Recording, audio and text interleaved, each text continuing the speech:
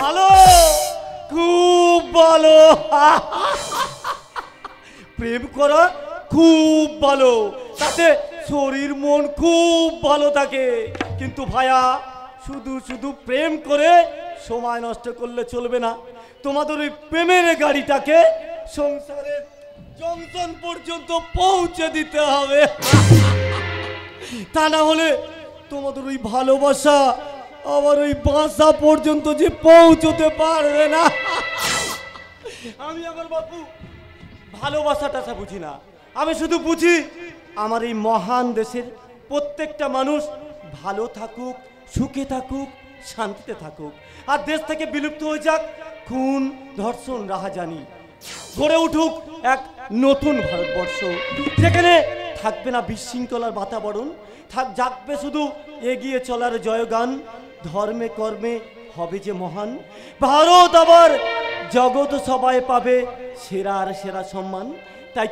তাই তো বলতে ইচ্ছা করছে, বলো বলো বলো তবে ক্ষত বিনা বেনু রবে, ভারত আবার জগৎ সবাই শ্রেষ্ঠ আসন লবে।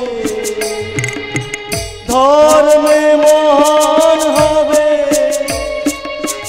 কর্মে মহান হবে, নবদিন মনি উদিবে আবার পুরাতনে পুরবে।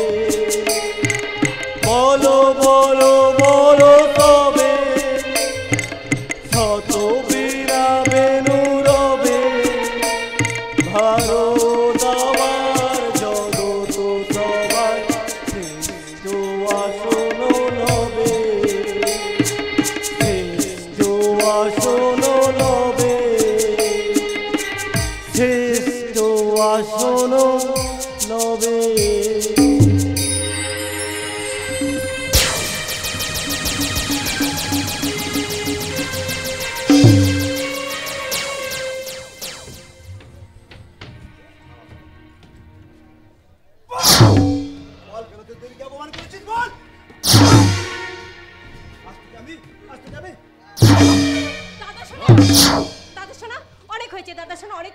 এবার ওকে ক্ষমা করে দাও দাদা শোনা।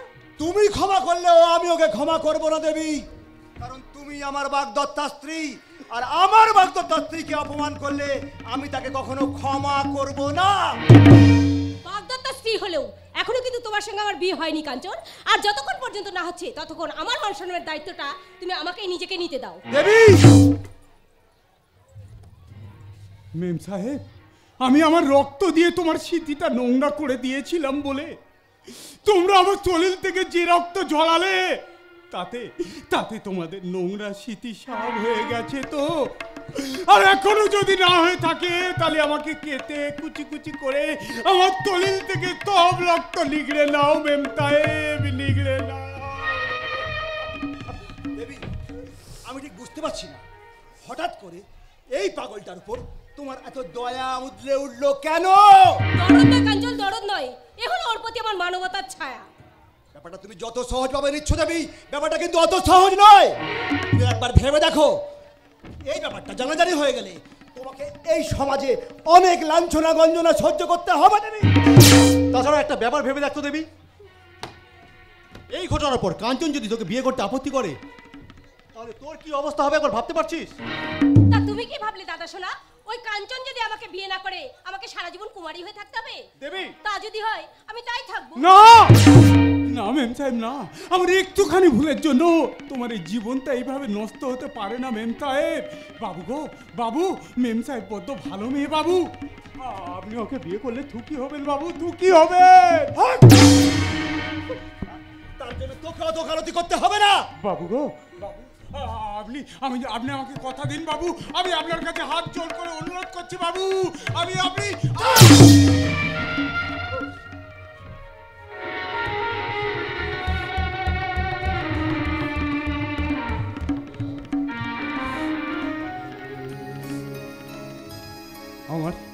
আমার অনুরোধটা আপনি লাগলেন না বাবু? তবে কি আমার একটুখানি ভুলের জন্য আমার মেম সাহেবের আর বিয়ে হবে না?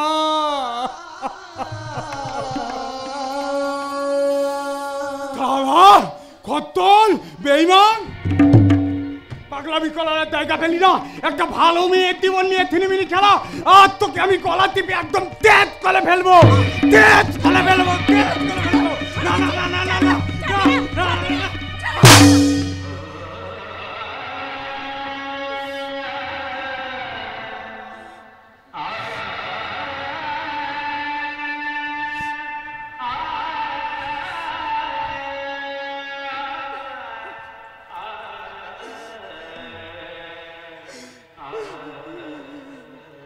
চলে যাও, চলে যাও, এই মুহূর্তে থেকে চলে যাও, চলে যাও, চলে যাও,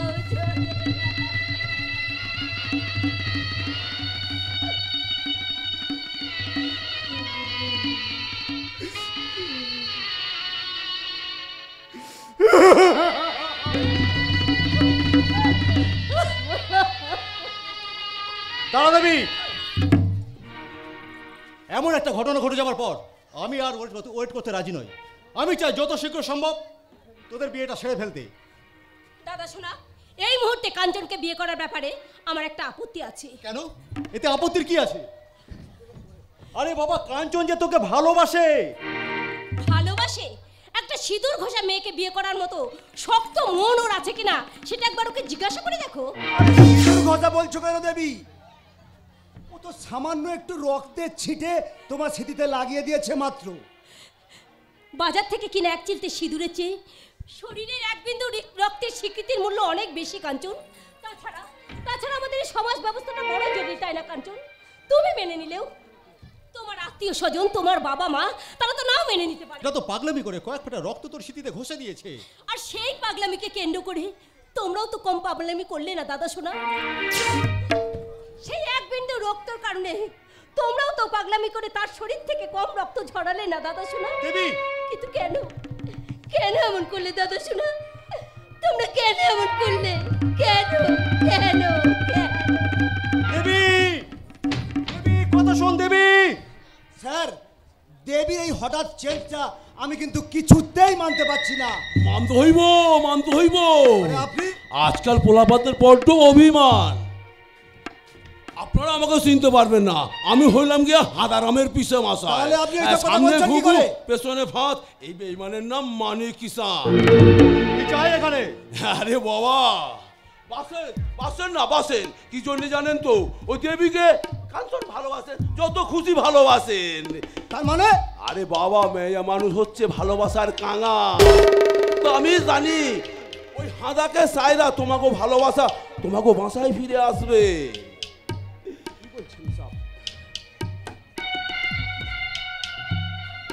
তারপরে আমার বোনের কি হবে? কিছু হবে না, আমি তো আছি, সব ব্যবস্থা কইরা দিব। হ্যাঁ, সব ব্যবস্থা কইরা দিব। আচ্ছা, হাতারামকে ঠকিয়ে আপনার লাভ? আরে লাভ আমাকে না, লাভ হবে আপনাকে। হ্যাঁ, ওই পূর্ণ মাস্টারে বিষয় সম্পত্তি টাকা পয়সা সব আপনাকে বোনের নামে লিখে দিতে হইব। আর তারপর যদি দেবী ফিরে না আসে? ফিরে আসবে না মানে? আমি তো আছি, আমি তো সব ব্যবস্থা কইরা দেব। সামনে ঘুঘু, পেছনে ফাঁক। আপনাকে বন্ধুর নাম মানিক শাহ।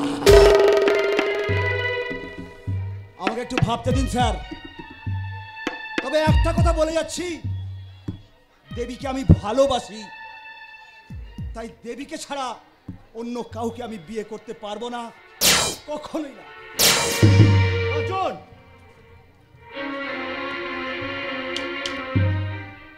ঠিক আছে, আপনি তাহলে এখন আসুন।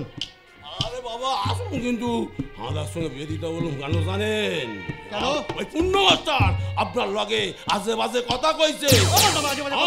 আপনাকে কয় শুয়োরের বাচ্চা, কি বলছেন আপনি? জানোয়ারের বাচ্চা, আরো অনেক কথা কয়। সে কথা আমি কইতে পারবো না, আর আপনি আমাকে অনুরোধ করবেন না। ঠিক আছে, আপনি এখন আসুন। ঠিক আছে, আমাকে একটু ভাবতে দিন।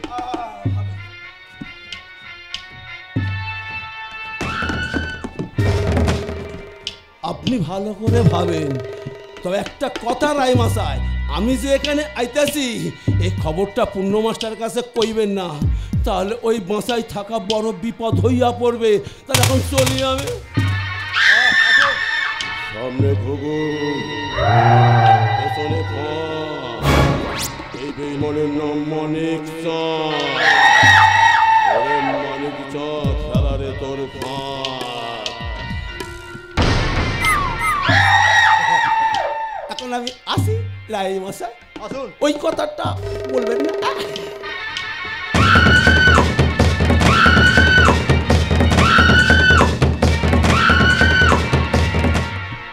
না না, কাঞ্চনের সঙ্গে কোনো আলোচনা না করে আমি কোনো সিদ্ধান্ত নেব না। তাছাড়া কাঞ্চন যদি রাজি থাকে তাহলে ওর বাবা মায়ের সাথে কথা বলে ওদের বিয়ের ডেটটা। দাঁড়াও, ঠাকুরজির মত না নিয়ে এখনই তুমি ওদের বিয়ের ডেটটা ফাইনাল করতে পারবে না। থামো, আমি চাই আগামী লগ্নে ওদের বিয়েটা সেরে ফেলতে, এবং আমার ডিসিশন কখনো চেঞ্জ হবে না। তা হঠাৎ তুমি দেবীর বিয়েটা পেছাতে চাইছো কেন? দেবী চাইছে না তাই? দেবী চাইছো না? তুমি চাইছো না আমার একমাত্র বোন সুখী হোক? ওগো তুমি চুপ করো, এমন কথা ভাবার আগে আমার যেন মরণ হয়। থামো, বেশ কিছুদিন আগে তুমি তোমার মাস্তুতো ভাইয়ের সঙ্গে দেবীর বিয়ের প্রস্তাব দিয়েছিলে। তখন আমি জানতাম না যে ঠাকুরজি কাঞ্চনকে ভালোবাসে। সব জেনেও তুমি না জানার ভান করে প্রস্তাবটি দিয়েছিলে শুধুমাত্র তোমার ওই মাস্তুতো ভাইয়ের বেশ মোটা অঙ্কের যৌতুক পাইয়ে দেওয়ার জন্য। ছি ছি, এ তুমি কি বলছো? ওটা তোমার ভুল ধারণা দাদা, কারণ বৌদির মাস্তুতো ভাইয়ের সঙ্গে দেবীর বিয়ের প্রস্তাবটা আমি বৌদিকে দিয়ে তোমার কাছে পাঠিয়েছিলাম। আর যখন আমরা জানতে পারলাম যে দেবী আর কাঞ্চন দুজন দুজনকে ভালোবাসে, তখন তখন বৌদি নিজেই তোমার কাছে গিয়ে নাকচ করে দিয়েছিল। আমার জন্য কেন তুমি শুধু শুধু ওর সঙ্গে তর্ক করছো ঠাকুরপো? বৌদি, উনি যদি মনে করেন আমি দোষী তাহলে উনি আমায় শাস্তি দিন। বৌদি, ওনার যে কোনো শাস্তি আমি মাথা পেতে নেব। বৌদি, ন্যাকামো না করে আমার একটা কথা মন দিয়ে শোনো মন্দিরা। দেবী যদি কোনো কারণে কাঞ্চনকে বিয়ে করতে অসম্মত হয়, তার জন্য কিন্তু একমাত্র দায়ী হবে তুমি। দাদা, আমি? হ্যাঁ তুমি। আমার একমাত্র বোনের যদি কোনো ক্ষতি হয়, তোমাকে আমি ক্ষমা করবো না মন্দিরা, কখনো না। দাদা, দাদা তুমি তোমার কথা ফিরিয়ে নাও। দাদা, শুনলে তো ঠাকুরপো, তোমার দাদার কথাগুলো তুমি শুনলে তো? আমি নাকি তোমাদের ক্ষতি করতে চাই। দুঃখ করো না বৌদি, দুঃখ করো না, কারণ দাদা তোমাকে ভুল বুঝলেও আমরা তো কখনো তোমাকে ভুল বুঝিনি বৌদি। কেন ভুল বোঝো না ঠাকুরপো? বৌদি, এবার থেকে তোমরা সবাই আমাকে আঘাত দেবে। বৌদি, সবাই আমাকে আঘাত দেবে। বৌদি, সবাই সবাই সবাই। বৌদি, বৌদি, বৌদি একটু তুমি শান্ত হও। বৌদি একটু শান্ত হও। আচ্ছা ঠাকুরপো, সত্যি কি আমি তোমাদের ভালোবাসি না? তুমিও কি তোমার দাদার মতো মনে করো আমি তোমাদের ক্ষতি চাই? তুমি তুমি যে আমাদের দেবীকে বৌদি, তুমি কি কখনো আমাদের ক্ষতি করতে চাইতে পারো বৌদি? ঠাকুরপো, জানো বৌদি, সেই কোন ছোট্টবেলায় আমি আমার মাকে হারিয়েছি। মায়ের মুখখানা এখনো পর্যন্ত আমার ঠিক মতো মনে পড়ে না গো বৌদি। কিন্তু বৌদি, আজকে তোমাকে পেয়ে আমার আমার হারানো মাকে আবার ফিরে পেয়েছি গো বৌদি। ঠাকুরপো, তোমার চোখে দেখেছি যে মায়ের স্নেহ ছায়া। তোমার চোখে দেখেছি যে মায়ের স্নেহ ছায়া। এমন মধুর ভালোবাসা কোথাও পাবো না। মাকে আমার মনে পড়ে না। তুমি আমার মা, তোমায় চোখে দেখেছি যে মায়ের ছায়া। এমন মধুর ভালোবাসা কোথাও পাবো না। মাকে আমায় মনে পড়ে না। তুমি আমার মা।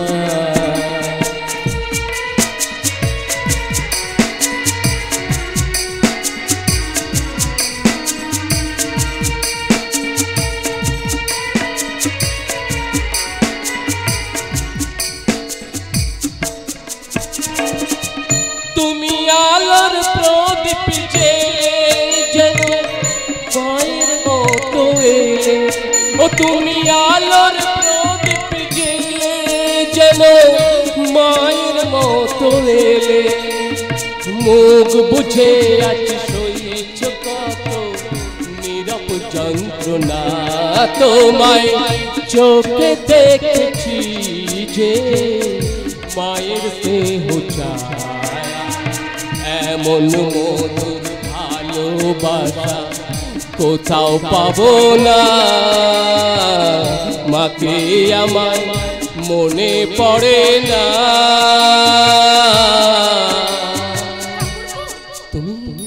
তুমি আমার মা গো বৌদি, তুমি আমার মা, তুমি আমার মা বৌদি, তুমি আমার মা।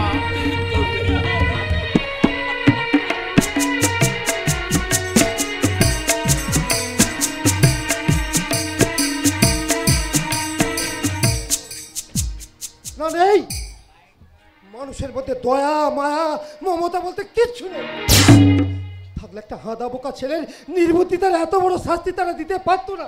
কিন্তু খোকাকে খোকাকে ওরা সত্যি সত্যি খোকা কাঁদছো কেন দাদা? তার সাথে আগুন ধরান আগুন, প্রতিশোধের আগুন, আর সেই আগুন ওই রায় বংশটাকে জ্বালায় আগুন একেবারে শেষ করে দিই। কি বলছো তুমি মানিক? কি কইবো দাদা, ভগবান যদি আমার এই ভয়ঙ্কর রোগে পঙ্গু করে না রাখতো, মাইরি কইছি এই হাত দিয়া আমি হাদারামকে জোর কইরা উদ্ধার কইরা আনতাম। মানিক তুমি এখন অসুস্থ, অযথা উত্তেজিত হও না। উত্তেজিত হইব না কেন? বলি উত্তেজিত হইব না কেন? শালারা অন্যায় কইরা আমাদের পোলাটারে মারধর করতেছে, আমরা হিজড়ে রাখি ঘরে চুপ করে বসে থাকুম? চলেন তো দাদা, আমরা সবাই মিলা দল মাইদা ওই শালাদের গোষ্ঠীর শত্রু মুজা কইরে ছাড়ুন। আমাকে একটু সুস্থভাবে ভাবতে দাও। ভাবেন, ভালো কইরা ভাবেন, আপনাকে ভাবতে ভাবতে সব শেষ হয়ে যাবে। ওই হাঁদার লগে আমার বড় কষ্ট হয়, কত সহজ সরল পোলা, অন্যায় কি জানে না, পাপ কারে কই বোঝে না, তবু ভগবান এমন করে পোলাটারে কষ্ট দিতেছে কেন? ওর জন্য তো ছলনা খাওয়া দাওয়া ভুইলা সব সময় কাঁদতেছে আর কইতেছে। তুই কেন ছুটে দাদা, আমাদের হাদারাম আসছে গো, আমাদের হাদারাম আসছে। কি বলে শোনো না, আমার হাদা আসছে। হায়রাম, ও শালা মরণের পার হইতে ফিরে আসলো কেমনে? এ কি কইলে চলে না? কি করে আমাকে হাদারাম ফিরে আইতেছে? হ্যাঁ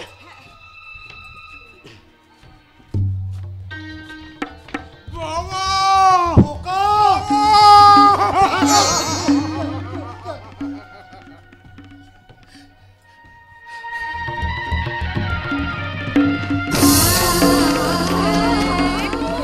কি বাবা হাদা, এই অবস্থা তোর কে করেছে রে বাবা? আমি ছাড়বো না ওদের, আমি কাউকে ছাড়বো না। যারা তোকে এখন নির্মম ভাবে মেরেছে তাদের আমি উপযুক্ত শাস্তি দেবো, আর সেই উচ্ছৃঙ্খল মেয়েটাকে আমি না না বাবা না, মেমটাই বড্ড ভালো বাবা। বলেন তো, আমি ওর অনেক ক্ষতি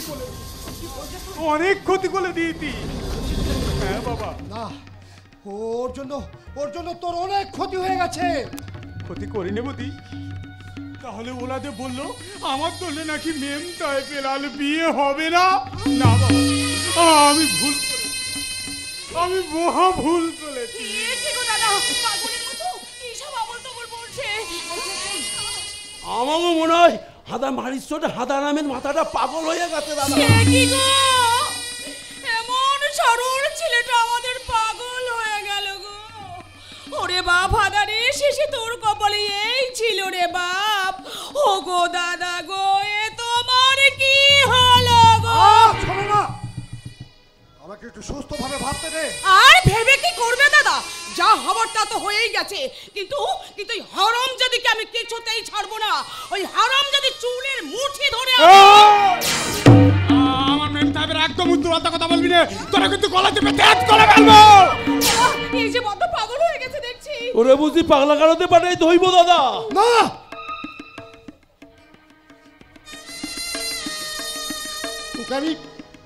ওকে আমি কোথাও পাঠাবো না।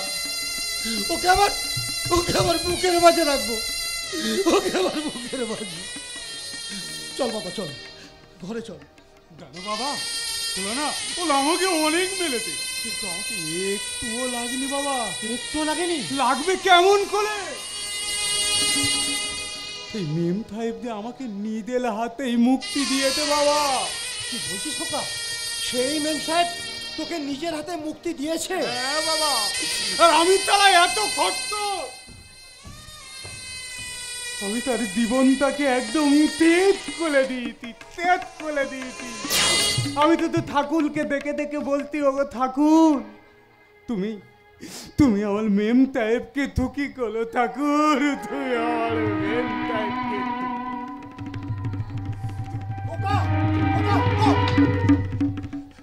মানিক, মানিক আমি এখন কি করব বলতে পারো ভাই? বহু সমস্যায় জর্জরিত হয়ে আমি যে সঠিক সিদ্ধান্ত নেওয়ার ক্ষমতা হারিয়ে ফেলেছি। সেই জন্যই তো আপনাকে কইছি, আপনি হাঁদারামকে পাগলা কারোতে পাঠিয়ে দিন, সুস্থ হলে পরে আবার বাসায় ফিরে আনবেন।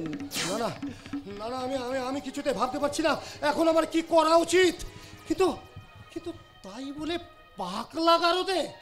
না না, আমাকে ভাবতে হবে, আমাকে আরো গভীরভাবে ভাবতে হবে। আমার একমাত্র সন্তানকে যদি পাগলা কারোতে পাঠাতে হয়, ওই অরূপ রায়কে আমি ছাড়বো না, কিছুতেই না। দাদা দাদা দাদা,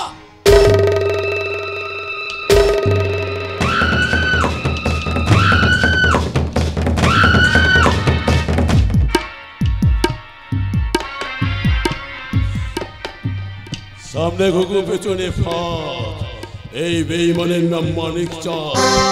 ওরে মানিক চাঁদ, ফেললে তোর ফাঁক। তুমি তো ফাঁদ তো পেতেছো, কিন্তু সেই ফাঁদে শিকার ধরা দিয়ে ওই হাদারামকে পাগলা গারদে পাঠাবে? পাঠাবে পাঠাবে, নিশ্চয়ই পাঠাবে। ওই খাবারটারে পাগল সাজাইতে আমাকে বেশি দেরি হইব না। মানে যে গোপন উদ্দেশ্য লইয়া আমরা এখানে আইতাছি, তা সফল হওয়ার চাল অনেকদিন আগেই শুরু করে দিয়েছি। আমার দাদা সত্য, ওই রায় মশার সাথে হাত মেলাতে পারলে কাম খতম। ঠিক বুদ্ধি ফেলেছো। আমরা আমরা একটু একটু করে শেষ করব ওই হাদারামটাকে, আর দাদার শত্রু শেষ করবে দাদাকে। তখন দাদার সব কিছুর সম্পত্তির মালিক হব আমরা। তখন আমরা বলবো, কি বলবো? বলো বলবো গোরা তুই ফার্স্ট পরে हमके দেখে চোখটা আমার দিলি রে, গোরা তুই ফার্স্ট পরে हमके দেখে চোখটা আমার দিলি রে। কচা কচা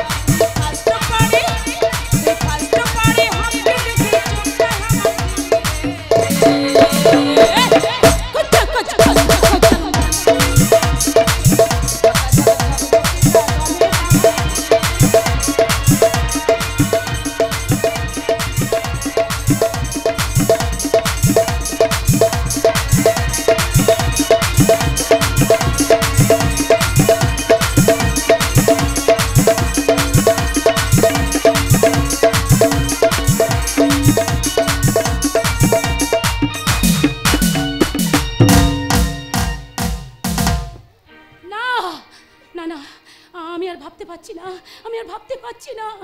আমার বাচ্চা, আমার বাচ্চা কোথায় গেল? আমার বাচ্চা বিনা দোষে বিনা অপরাধে না খুন করে তাকে জেলে যেতে হলো। কিন্তু কিন্তু আমি কেমন করে থাকবো ওই বাচ্চাকে ছাড়া? আমি কেমন করে বাঁচবো?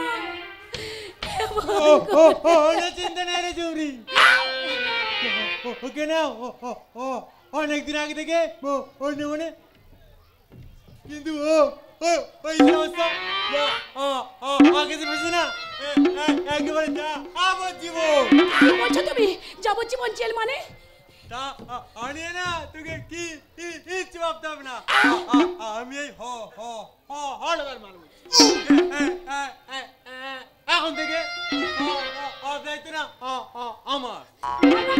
এসব কি বলছো তুমি? তো ওকে আমার পছন্দ জুমরি। পছন্দ মানে? তোমাকে এবার আমার পছন্দ হবে না? তোমাকে দেখতে একবার অমিতাভ বচ্চনের মতো, তোমাকে এবার আমার পছন্দ হবে না। আর তুই তো আমার রেখা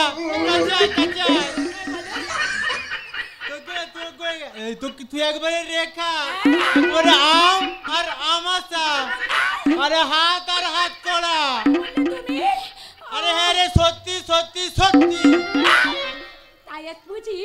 ঠিক আছে, আমিও ঠিক তোমাকে এমনি করে ভালোবাসি গো। আর এমনি করে ভালোবেসে বলবো নাগর আমার চাল চলনি সন্দেহ করেছে, আরে নাগর আমার চাল চলনি সন্দেহ করেছে, তাই তো আমার লঙ্কা লেবুর মালা পরেছে।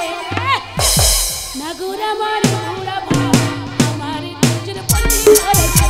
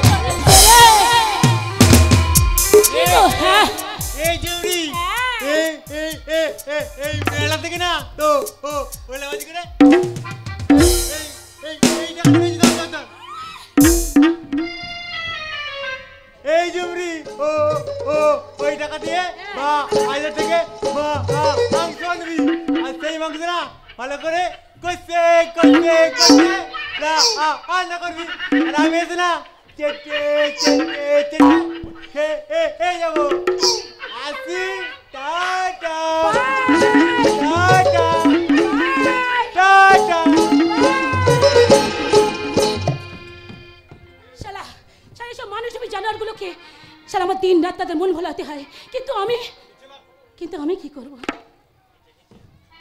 আমি যে বাচ্চাকে ছাড়া এক মুহূর্ত থাকতে পারছি না। এই ধান্দা কদিন থেকে চলছে রে জুমরি?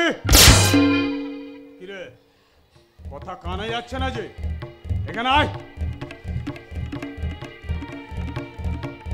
উত্তর দে, উত্তর দে।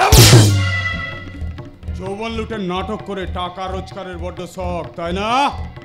চুপ কর, চুপ কর তুই। এসব কথা বলতে তোর লজ্জা করছে না? হ্যাঁ, তুই তো দিন রাত জেলে বসে ভালো মন্দ দুটো খেতে পারছিলিস, আর আমি এই ঝুমরি কাঁথা কোথায় আছে, কি খাচ্ছে, কেমন আছে, কই একবার কি তার খবর নিয়েছিস? আরে দুমুঠো খাবার তো ভিক্ষা করে জোগাড় করা যায় নাকি? যায় রে বাচ্চা, যায়। ভিক্ষা করে দুমুঠো ভাত পাওয়া যায়, কিন্তু আমার মতো একটা যুবতী মেয়েকে কে দেবে দুটো পয়সা? কেউ দেবে না, কেউ না। তাই তো তোকে বলছি, হ্যাঁ, তাই তো বলছি যে কোথায় ছিলিস এতদিন তুই? কোথায় ছিলিস?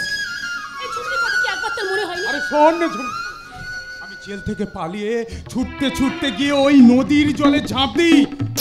তারপর পুলিশ আমাকে তাড়া করে, আর আমি ছুটতে গিয়ে ওই নদীর জলে ঝাঁপ দিই।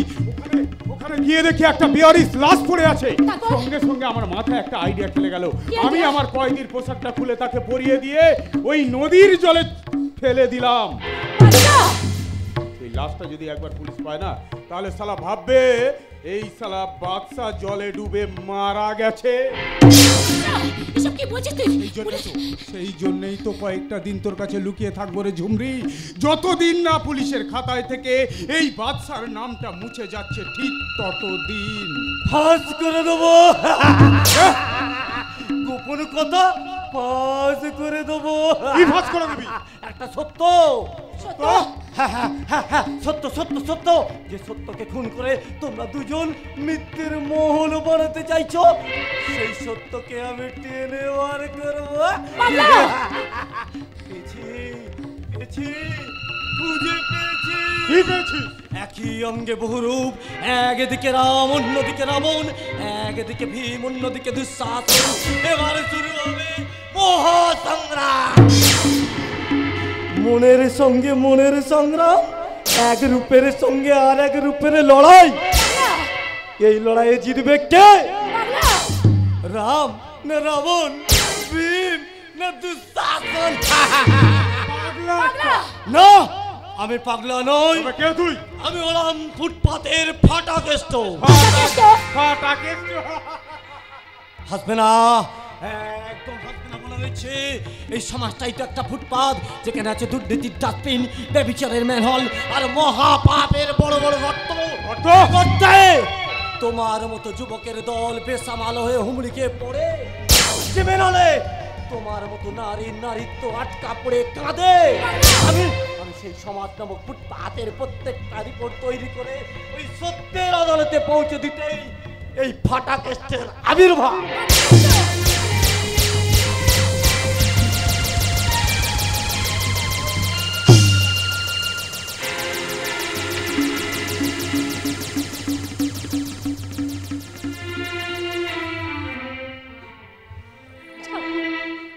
ঠাকুর, জ্ঞান হওয়ার পর থেকে তোমার কাছে তো আমি কোনো অপরাধ করিনি, কোনো অন্যায় করিনি। আমি কেন তুমি আজ আমায় এত বড় শাস্তি দিলে ঠাকুর? কেন বলো ঠাকুর,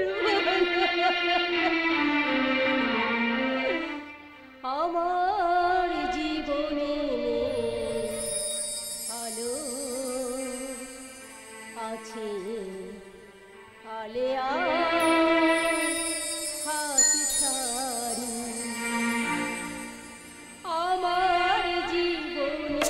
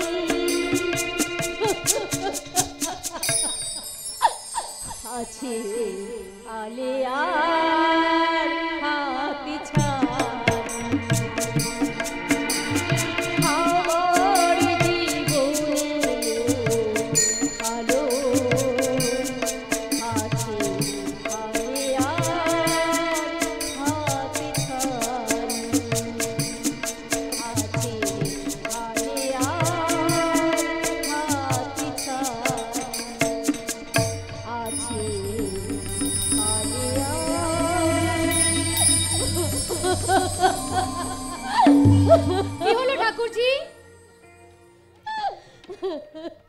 এ কি তোমার চোখে জল? জল নয় বৌদি, জল নয়, এ আনন্দের ফল্গুধারা। আনন্দের ফল্গুধারা? হ্যাঁ বৌদি, তার দেওয়া কলঙ্ক আমার জীবনের সমস্ত অঙ্ক গরমিল করে দিয়েছে বৌদি।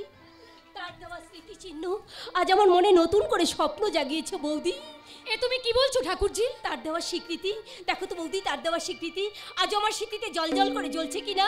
ঠাকুরজি, আচ্ছা বৌদি, বলো তো বৌদি, বলো তো, বাঙালি মেয়েদের স্মৃতি যে সর্বপ্রথম রাঙিয়ে দেয় সেই তো তার স্বামী, সেই তো তার ইহকাল পরকালের দেবতা, তাহলে সেও তো আমার। না না ঠাকুরজি, পরিবেশ আর পরিস্থিতির চাপে পড়ে অনেক সত্যকে আমাদের অস্বীকার করে নিতে হয়। তাই বলছি ঠাকুরজি, তোমার মতো একটা শিক্ষিতা সুন্দরী মেয়ে কখনোই একটা ওই মূর্খ হাবাগোবার পাগলামির মাঝে নিজেকে বলি দেওয়া সাজে না। তুমি কাঞ্চনকে বিয়ে করবার জন্য প্রস্তুত হও ঠাকুরজি। তুমি পারবে বৌদি, তুমি পারবে তোমার ওই সিঁড়ি থেকে সিঁদুরটা মুছে ফেলে অন্য কারো দেওয়া সিঁদুরের সিঁড়িটা রাঙাতে? ঠাকুরজি পারবে না। আমার এই প্রশ্নের উত্তর তুমি কেন বৌদি? এই প্রশ্নের উত্তর কেউ দিতে পারবে না। আসলে আসলে সিঁদুরের বন্ধন যে বড় জটিল বন্ধন বৌদি। তুমি আমি চাইলে সে বন্ধন থেকে যে কোনোদিন মুক্তি পাওয়া যায় না বৌদি, কোনোদিন মুক্তি পাওয়া যায় না। কিন্তু মুক্তি তো তোমাকে নিতেই হবে ঠাকুরজি। বৌদি, যদি সত্যিই তুমি আমাকে ভালোবেসে থাকো, সত্যিই যদি তুমি আমাকে বিশ্বাস করে থাকো, তাহলে আমার দিব্যি ঠাকুরজি তোমার জীবনের সমস্ত ঘটনাকে দুর্ঘটনা হিসেবে ভুলে গিয়ে ওই কাঞ্চনকেই তোমাকে বিয়ে করতে হবে। তোমরা তোমরা আমার অন্তরটাকে কেউ বুঝে দেখতে চাইলে না। আমি যে তার কাছে জিততে চেয়েছিলাম বৌদি, তার কল্পনায় একা দেবী প্রতিমা হয়ে তার জীবনের সমস্ত ভুল ভেঙে দিতে চেয়েছিলাম, কিন্তু তোমরা আমাকে তার কাছে হারিয়ে দিলে বৌদি। ঠাকুরজি, তার কাছে হারিয়ে দিলে। ঠাকুরজি তুমি বেশ, আমি কথা দিচ্ছি বৌদি, আমি তোমাদের কথা দিচ্ছি, আমার জীবনের সমস্ত কলঙ্ককে আড়াল করে রেখে তোমাদের কথা রাখতে ওই কাঞ্চনকেই আমি বিয়ে করব। আমি জানতাম এই কথাটাই তুই একদিন নিজে মুখে বলবি। দাদা শোনা, কারণ আমার বোন একজন কনভেন্টে পড়া উচ্চ শিক্ষিতা, কাজে সে কাজ আর কাঞ্চনের তফাৎ সে ভালোই বুঝবে। ঠাকুরজি যখন মত দিয়েছে, যত শীঘ্র পারো ওদের বিয়েটা দিয়ে দাও। তুমি ঠিক বলেছো মন্দিরা, তুমি ঠিক বলেছো। আমি আজই কাঞ্চনের বাবা মায়ের কাছে গিয়ে ওদের বিয়েটা ফাইনাল করে নেব। আমি চাই নেক্সট 13 মার্চ ওদের বিয়েটা। অসম্ভব, করো। এ বিয়ে হবে না। আমরা সবাই যখন রাজি, তোর কোনো মতামত আমরা মানবো না। কাঞ্চনের সঙ্গে দেবীর বিয়ে হবেই। তোমরা সবাই মেনে নিলেও নিয়তি যে মানতে চায় না দাদা। নিয়তি? হ্যাঁ হ্যাঁ নিয়তি, কারণ দেবীর সেই ঘটে যাওয়া ঘটনাটাকে কাঞ্চনের বাবা মা তার কলঙ্কের স্বীকৃতি দিয়েছে এবং তাকে পুত্রবধূ হিসাবে গ্রহণ করতে অস্বীকার করেছে। না না, এ হতে পারে না। ওই সামান্য একটা ঘটনাকে কেন্দ্র করে দেবীর জীবন এইভাবে বিপর্যস্ত হতে পারে না।